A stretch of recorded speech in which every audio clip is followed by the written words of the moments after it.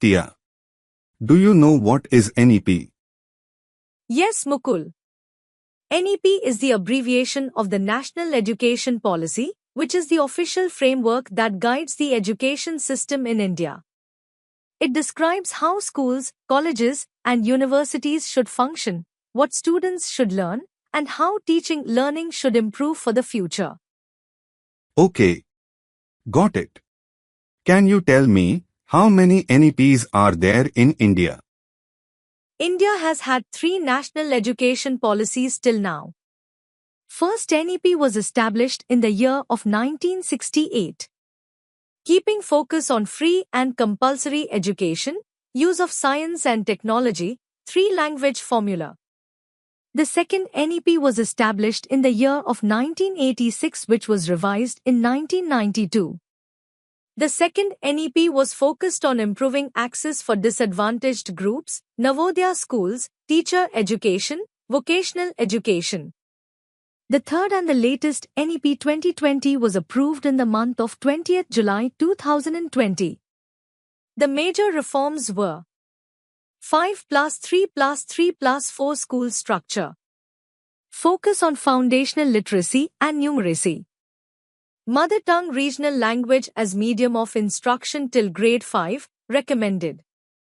Reduced syllabus, more skill-based learning.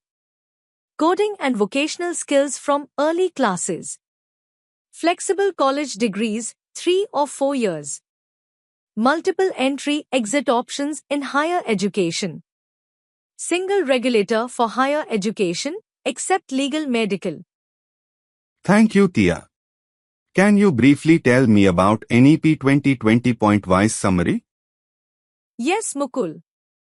Why not? I am explaining you NEP 2020 in 20 points. Point number 1. New 5+3+3+4 structures replaces the old 10+2 system, focuses on foundational learning. Point number 2. Early childhood education, strong emphasis on preschool and Anganwadi development. Point number 3. Mother tongue till class 5 recommended as medium of instruction for better understanding. Point number 4.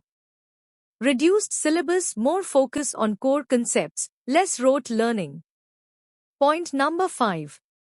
Skill-based learning, coding, vocational skills, arts and sports from early classes. Point number 6. Flexible subject choice, no strict streams, science, commerce, arts separation reduced. Point number 7. Board exams, simplified exams, test understanding, multiple opportunities to improve. Point number 8. Assessment reforms, shift to continuous and competency-based evaluation. Point number 9. Teacher training strengthened, better training, 4-year integrated B.Ed planned. Point number 10. Digital learning push, use of technology, e-content, smart classrooms. Point number 11.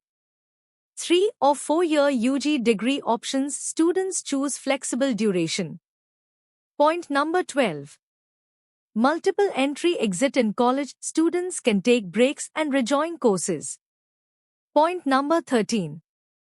Academic bank of credits stores student credits earned across institutions. Point number 14. Single higher education regulator except for medical and legal education. Point number 15. GAIR target of 50% by the year 2035, aim to increase higher education enrollment. Point number 16. Focus on research, creation of the National Research Foundation, NRF. Point number 17. Holistic education blends academic, vocational, and life skills learning. Point number 18. Inclusive education support for disadvantaged groups and children with special needs. Point number 19.